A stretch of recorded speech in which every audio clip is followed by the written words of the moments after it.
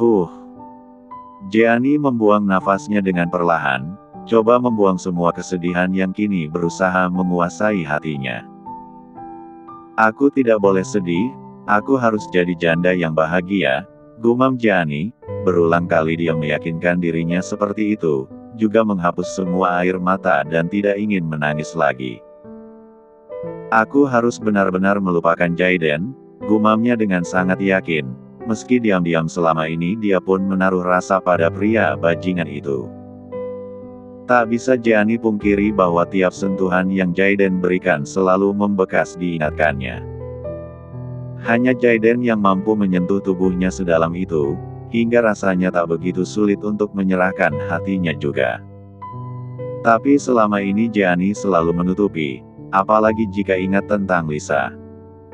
Terserahlah jika ada yang mengatainya bodoh karena mencintai pria bajingan itu, tapi tentang hati tak bisa dia atur sendiri akan berlabuh di mana.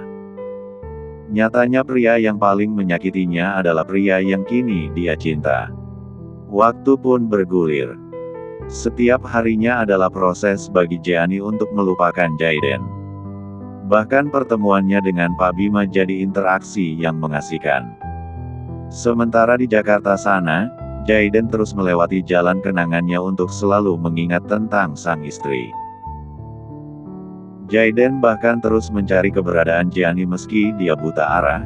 Dia bahkan meminta bantuan pada Papa Rendra dan Mama Nadine untuk terus mencari dan mengorek informasi tentang di mana keberadaan Jeannie. Tapi hingga kini waktu berjalan 1 bulan tetap tak ditemui keberadaannya.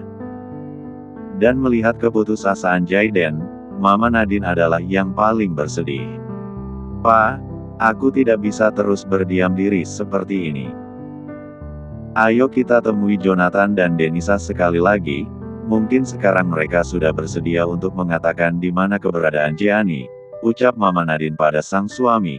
Kedua matanya nampak begitu sendu, ikut bersedih ketika melihat keadaan sang anak.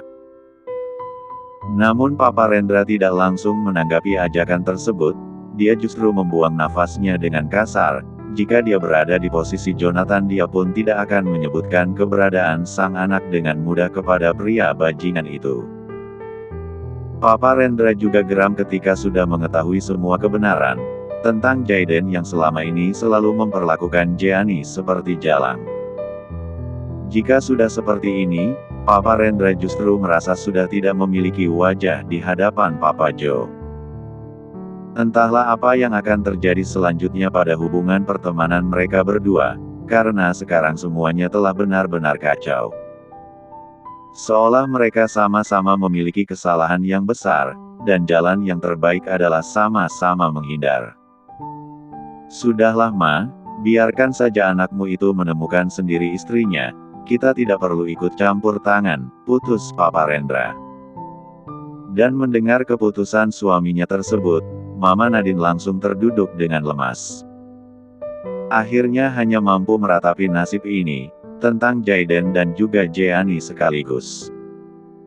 Perginya Jeannie tersebut akhirnya terdengar di telinga Daryl.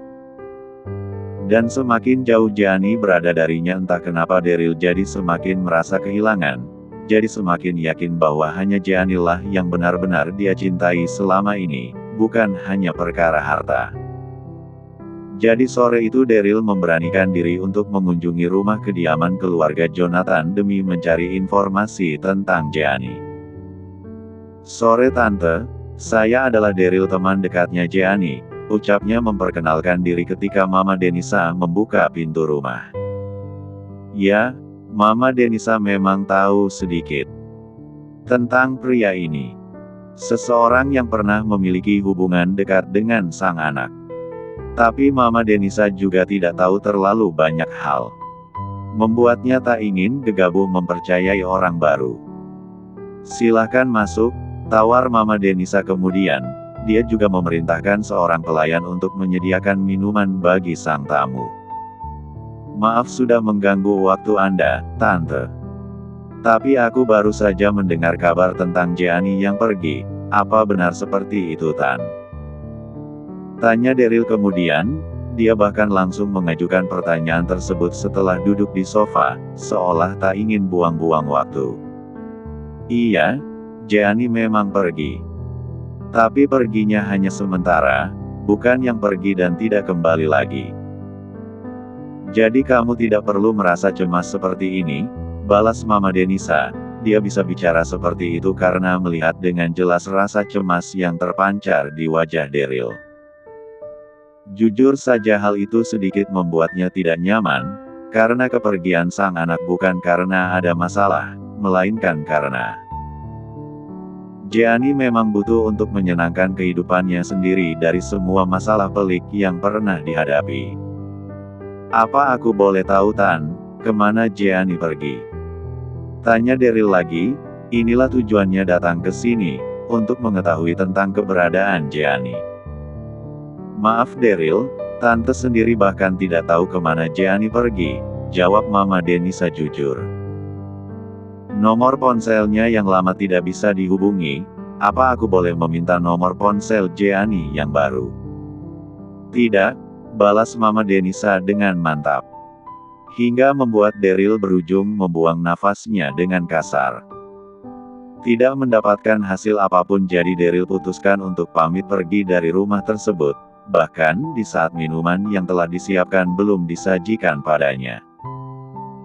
Daryl tidak tahu, saat dia mengunjungi rumah itu sudah ada seseorang yang memata-matai pergerakannya. Orang tersebut jelas adalah anak buahnya Jayden. Beberapa foto tentang kedatangan Daryl itu langsung terkirim ke ponsel milik Jayden. Ting, ting, ting. Banyak sekali notifikasi pesan yang masuk. Untuk apa lagi pria itu mencari Jeannie, geram Jayden. Dia lantas menghubungi salah satu anak buahnya yang berjaga di sana. Bawa pria itu ke hadapanku. Titah Jayden. Baik Tuan. Menjelang malam Daryl tiba-tiba ditarik oleh beberapa orang hingga membuatnya tak berdaya. Mulutnya yang berontak seketika terdiam saat tahu dia sedang dibawa ke perusahaan Hutomo Kingdom, perusahaan yang kini dipimpin oleh Jayden. Tanpa perlu dijelaskan dia sudah sangat tahu, pasti orang-orang ini adalah utusan dari Jayden. Masuk ke ruang presidir, Daryl langsung didorong dengan kuat. Sampai tubuhnya terhuyung dan nyaris jatuh. Tapi untunglah dia masih mampu menjaga keseimbangan, hingga kini berhadapan langsung dengan Jayden. Buff. Jayden langsung melayangkan pukulan hingga akhirnya Daryl jatuh terjerembab di lantai. Beberapa anak buah Jayden yang masih ada di sana tak bergerak sedikit pun, hanya memperhatikan. Sid, kenapa kamu memukulku? Bentak Daryl. Jeannie tidak akan pergi jika bukan karenamu bodoh. Geram Jayden, dia pun kembali mengingatkan tentang Daryl yang hendak menyudutkan Jeannie perkara surat kontrak pernikahan mereka. Hingga akhirnya Jeannie putuskan untuk menguak semua kebenaran. Pada akhirnya hubungan dua keluarga hancur dan Jeannie pergi. Cih. Mana aku tahu jika Jeannie akan mengambil keputusan seperti ini. Aku juga kehilangan dia. Balas Daryl. Namun langsung dijawab dengan tendangan oleh Jayden. Buff. Jaga mulutmu, dia adalah istriku. Jika tidak ingin kuhancurkan hidupmu, lebih baik menyingkirlah, ancam Jayden. Sumpah, dia tak ingin lagi Daryl ada di kehidupan dia dan Jeannie. Dan mendengar ancaman itu Daryl pun menelan ludahnya dengan susah payah, tak menyangka jika Jayden akan sejatuh cinta ini pada Jeannie. Sampai mencampakkan Lisa dan kini mengancam dia. Buff. Jayden kembali melayangkan sebuah pukulan keras di tubuh Daryl. Sampai pria itu tak berdaya terjerembab di atas lantai. Juno yang ada di sana sampai bergerak menahan sang tuan agar menghentikan pukulannya. Jika tidak bisa dipastikan Daryl akan sampai tak sadarkan diri. Awalnya Jayden hanya berniat memberi sedikit pelajaran, tapi ternyata dia butuh pelampiasan atas rindu yang membuncah di dalam hati untuk sang istri. Sampai Daryl jadi amukannya. Buang dia, kata Jaiden lirih, terduduk di atas sofa dengan tatapan yang kosong. Jaiden sudah tidak peduli saat beberapa anak buahnya membawa Daryl keluar dari ruangan tersebut. Juno juga ikut pergi menyisakan dia seorang diri di ruangan itu. Maafkan aku Jin, maafkan aku. Aku. Mohon kembalilah, mohon Jaiden, menatap kosong seolah Gianni bisa mendengar suaranya. Tapi sebanyak apapun dia memohon, nyatanya Gianni tetap tak muncul di hadapan. Setiap hari Jaiden selalu mencari, sampai akhirnya kini dia ikut turun tangan untuk mulai menyisir kota yang mungkin dijadikan tempat tinggal sang istri yang baru. Karena di Jakarta sudah dipastikan tak ada jejaknya. Sedangkan Gianni tak mungkin pergi ke luar negeri, mengingat wanita itu tak mengurus paspor dan hal lainnya. Didampingi oleh Juno, Jaiden mulai berkeliling ke Nusantara. Kadang panas, kadang juga hujan di jalanan. Tapi mencari seperti ini membuatnya memiliki harapan untuk bertemu, dibandingkan hanya diam duduk di ruang kerjanya dan menunggu laporan dari semua anak buah. Tuan, kita belum mencari penginapan. Apa masih mau berkeliling? Tanya Juno. Saat ini waktu sudah menunjukkan jam 9 malam dan mereka masih berkeliaran di jalanan. Sementara hawa dingin di kota ini membuat tubuhnya terasa tak nyaman. Hentikan mobilnya di hotel depan sana, balas Jaiden. Baik tuan, jawab Juno patuh, juga membuang nafasnya lega. Akhirnya mereka beristirahat di salah satu hotel kota itu. Hujan juga turun rintik-rintik, menambah hawa dingin makin menusuk. Di saat Juno merasa begitu kedinginan, Jaiden justru tidak merasakan apapun. Pria dengan wajah datar itu kini justru memikirkan bagaimana nasib sang istri, bagaimana jika Gianni sendirian dalam malam yang dingin ini, bagaimana dengan nasib anak mereka. Sungguh, kini poros hidup Jaiden hanya tertuju pada dua orang tersebut. Bukan lagi pada dirinya sendiri. Dering ponsel Jaiden akhirnya membuat perhatian pria itu sedikit teralih. Duduk di atas ranjang dia menjawab panggilan telepon dari sang mama. Jay, kamu di mana? Sudah dapat tempat penginapan kan? Tanya Mama Nadine bertubi, kini dia sedang menahan diri agar tidak menangis. Mencoba untuk kuat di saat sang anak sedang berjuang. Dia yang tak bisa melakukan apapun hanya bisa merasa bersalah. Karena sesalah apapun Jaiden, dia tetaplah anaknya, anak yang sangat Mama Nadine sayangi. Maka maaf seperti seluas samudera, mudah sekali untuk dia berikan. Sudah Ma, aku sekarang sudah berada di hotel. Mama tidak perlu mencemaskan aku, jawab Jaiden.